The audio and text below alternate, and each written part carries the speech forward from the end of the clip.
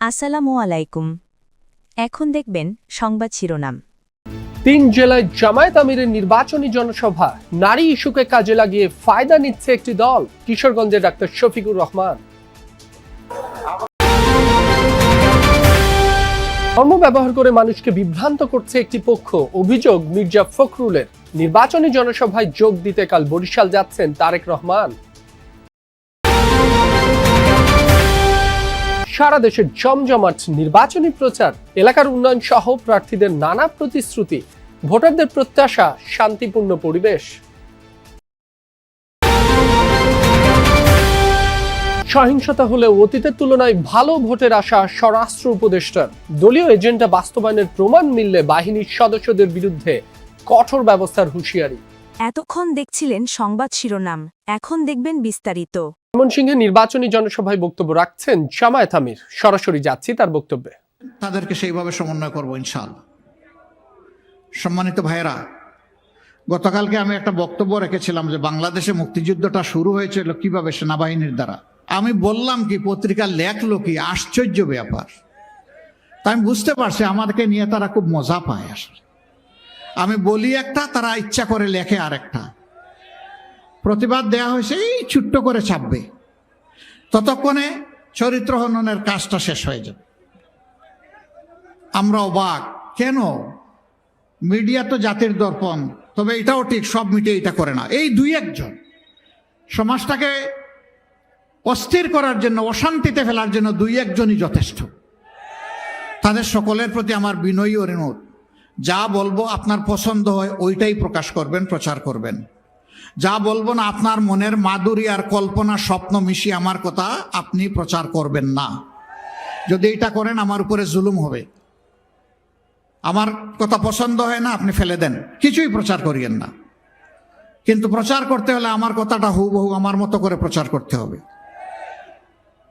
সম্মানিত ময়মনসিংহবাসী, অনেকগুলা সঙ্গত দাবি এখানকার আছে। আপনাদের কাছে আমরা ময়মনসিংহের টোটাল এখানে কি 11টা আসন নাকি? হ্যাঁ, 11টা, টোটাল 11টা আসন এখানে আছে।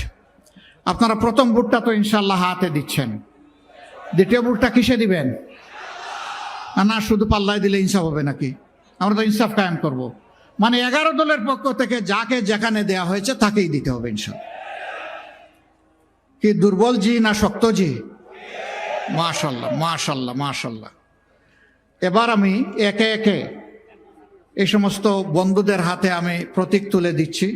আল্লাহ তাআলার দরবারে দোয়া করি আমাদের এই তুলে দেওয়াটা আল্লাহ যেন কবুল করেন, যেন বরকতময় হয়, যেন জাতির তারা পথ প্রদর্শক হিসাবে, সেবক হিসাবে, মালিক নয় সেবক হিসাবে তারা যেন এগিয়ে আসতে পারেন, আল্লাহ যেন কবুল করেন।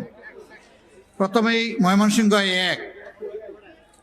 নারী ইস্যুকে কাজে লাগিয়ে কিছু গ্রুপ জামায়াতের পেছনে লেগেছে। আইডি হ্যাকের বিষয় সবকিছু স্পষ্ট হওয়ার পরও একে নিয়ে ফায়দা লুটতে তৎপর একটি রাজনৈতিক দল, এমনটাই বলেছেন জামায়াত ইসলামীর আমির ডাক্তার শফিকুর রহমান। সকালে নির্বাচনী জনসভায় যোগ দিয়ে কিশোরগঞ্জে তিনি বলেন, জামায়াত কারো কাছে কোনো আনুকূল্য চায় না, কিন্তু কেউ ক্ষতি করতে চাইলে ছাড় দেয়া হবে না। এ সময় নারীদের সমাজের সর্বোচ্চ সম্মানের জায়গায় রাখার প্রতিশ্রুতি দেন তিনি। আরও বলেন, ক্ষমতায় গেলে নদী দিয়ে উন্নয়ন শুরু করা হবে এবং কৃষিকে শিল্পে পরিণত করা হবে। এদেশের টাকা যারা পাচার করেছে সেই টাকা ফেরত আনারও প্রতিশ্রুতি দেন তিনি।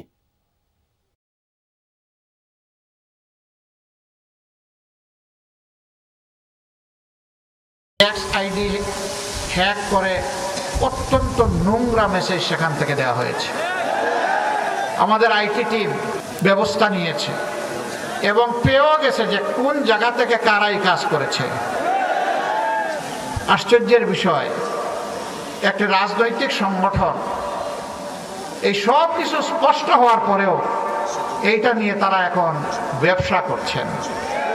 বন্ধুরা, মানুষ চিনে কে কাকে কিভাবে সম্মান করে। একটি গোষ্ঠী ধর্মকে ব্যবহার করে মানুষকে বিভ্রান্ত করছে, ঠাকুরগাঁও এমনটা বলেছেন বিএনপি মহাসচিব মির্জা ফখরুল ইসলাম আলমগীর। দুপুরে পৌরসভা কমিউনিটি চত্বরে আয়োজিত পথসভায় অংশ নেন তিনি। এ সময় মির্জা ফখরুল বলেন, এই নির্বাচন অত্যন্ত গুরুত্বপূর্ণ। সঠিক সিদ্ধান্ত নিতে না পারলে দেশ আবারও পিছিয়ে পড়বে। এ বিষয়ে সবাইকে সজাগ থাকার আহ্বান জানান তিনি। বলেন, গণতন্ত্রের প্রশ্নে বিএনপি আপোষহীন। সমৃদ্ধ দেশ গড়তে সবাইকে ধানের শীষে ভোট দেওয়ার আহ্বান জানান বিএনপি মহাসচিব।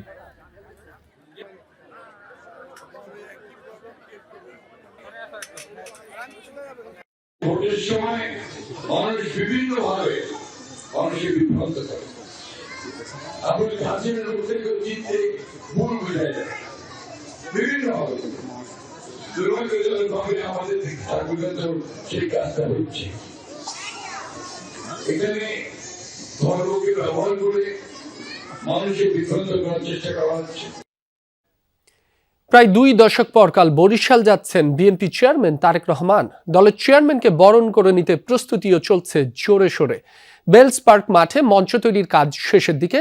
নেতাকর্মীরা বলছেন, বিএনপির ঘাঁটি হিসেবে পরিচিত বরিশালে তারেক রহমানের সফর তাৎপর্যপূর্ণ। একদিন দুদিন নয়, প্রায় 20 বছর পর বরিশালে আসছেন বিএনপি চেয়ারম্যান তারেক রহমান।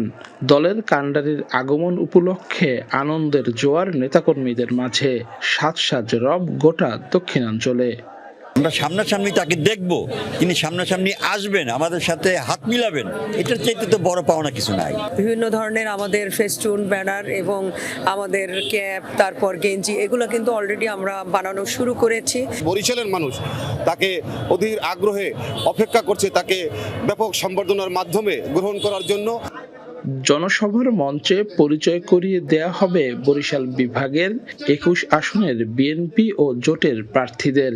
নির্বাচনের আগে তারেক রহমানের এই সফর ভোটের মাঠে ইতিবাচক প্রভাব ফেলবে বলে মনে করেন প্রার্থীরা। আমাদের পার্টির চেয়ারম্যান সাহেব যদি আমাদের প্রত্যেক প্রার্থীকে পরিচয় করিয়ে দেয়, এটা তো আমাদের জন্য একটি বাড়তি পাওয়া। তারেক রহমানের মঞ্চে আমাদেরকে দেখলে আশা করি যে বিএনপির যে নিজস্ব সমর্থন আছে সেটা আরো বৃদ্ধি পাবে। দলীয় নেতাকর্মীদের প্রত্যাশা, একজন প্রধানমন্ত্রী ভবিষ্যতে হবেন, তার কাছে যে প্রত্যাশা হবে সেই সবই প্রত্যাশা থাকবে।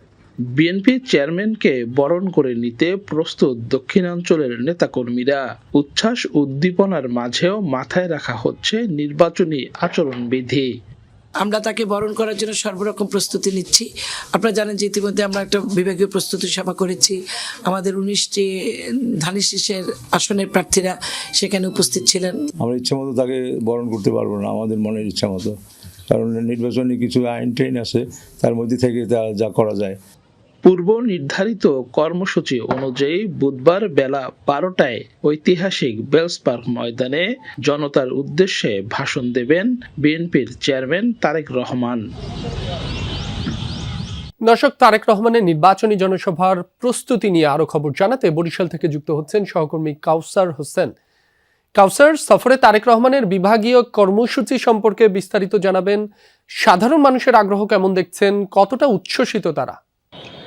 রাব্বি, প্রায় 2 দশকের অপেক্ষা দক্ষিণ অঞ্চলের 6 জেলার বিএনপি অঙ্গ সংগঠনের নেতাকর্মীদের, সেই অপেক্ষা